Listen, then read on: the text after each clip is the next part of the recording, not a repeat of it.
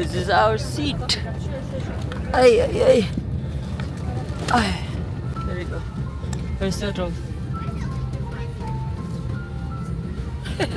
It's crazy.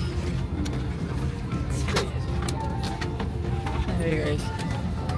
This is our plane and we're flying to Qatar. It's gonna take us almost 6 hours flight.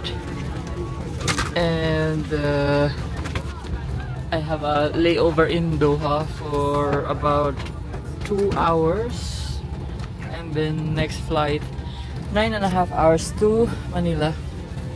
So I'm on the window seat because it's just a short flight. 5 hours and 45 minutes is okay. I can manage not to pee, but if it's a long flight then I have to take the aisle seat.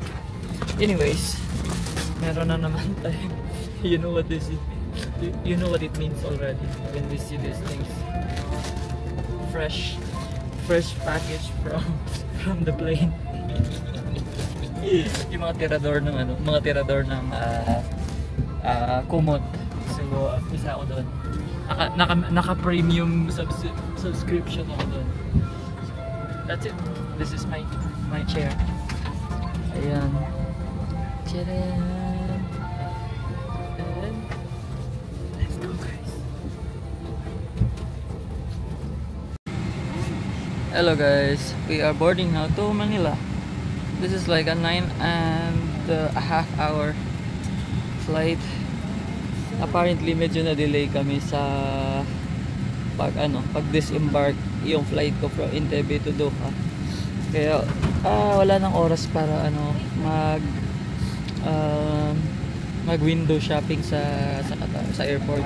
So diretso na papuntang check-in Manila naman. So 9 hours. So last na uwi ko sa Manila is last December, which is like 8 months ago. So yeah, let's see what's the improvement. So this is our plane.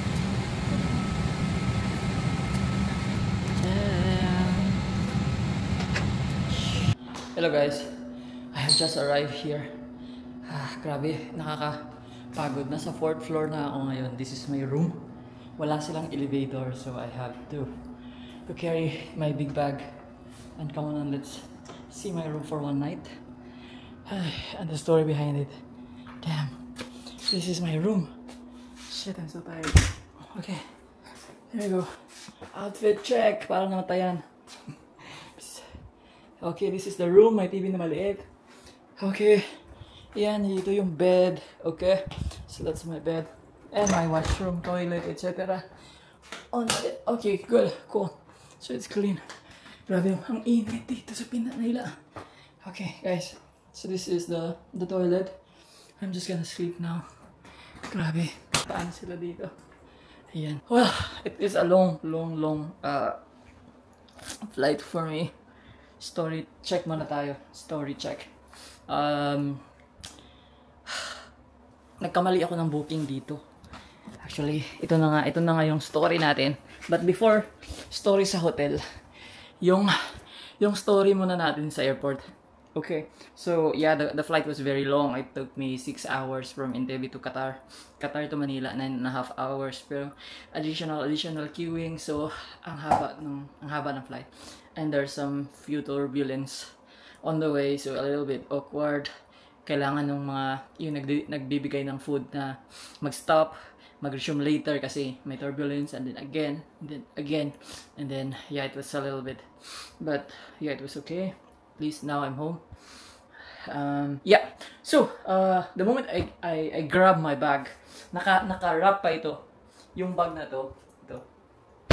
Plastic siya. Binili ko sa SM.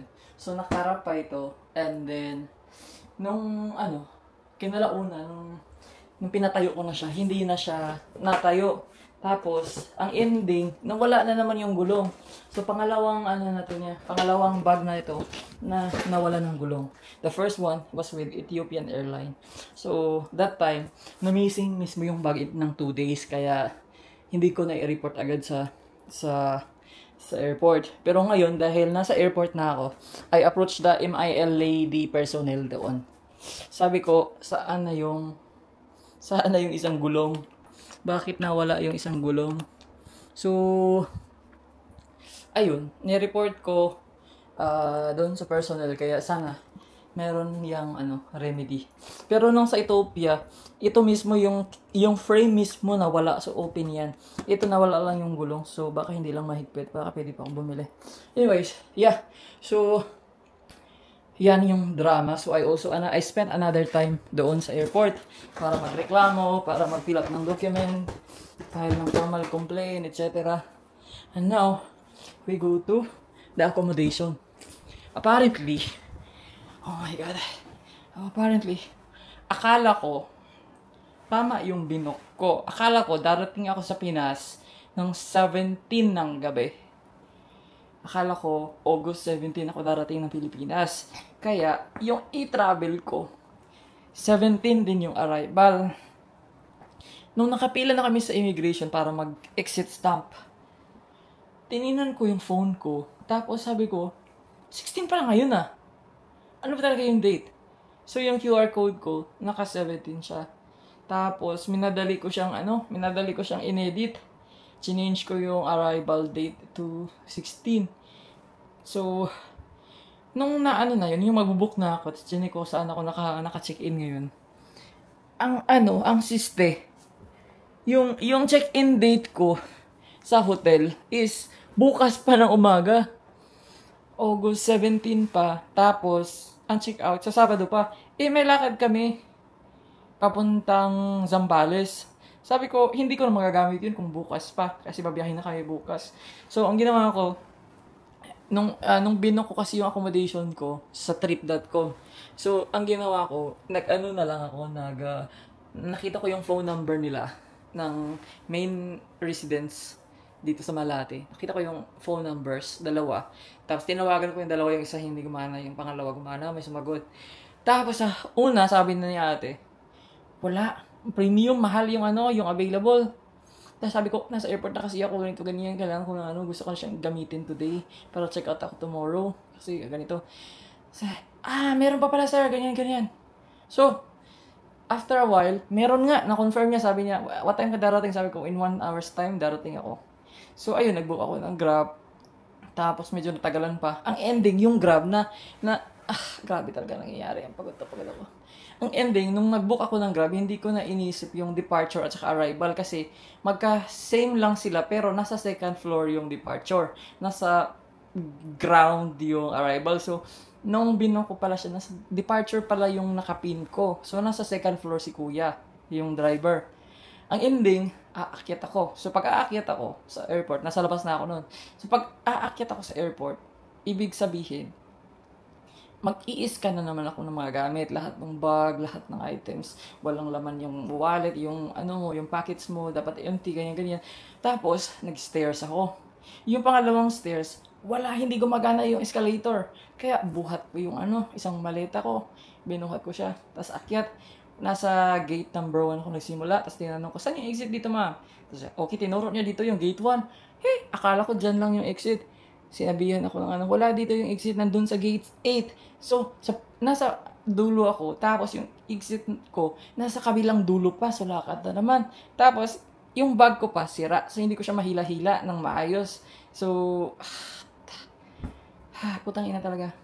Tapos, ang gawin, ayun, nandun na yung Uber ko nagantay. So, nung kinuwento ko sa kanya yung mga nangyayari, dahil siya yung nag-request na naaakyat ako. Syempre, mabait tayo. So, sabi ko, okay lang, sige, akyat na lang ako. Pero kung alam ko lang na ganun pala ka-hassle yung mangyayari, ay naku, sabi ko, experience, kasi hindi ko pa na-experience sa first time. Tapos, stay.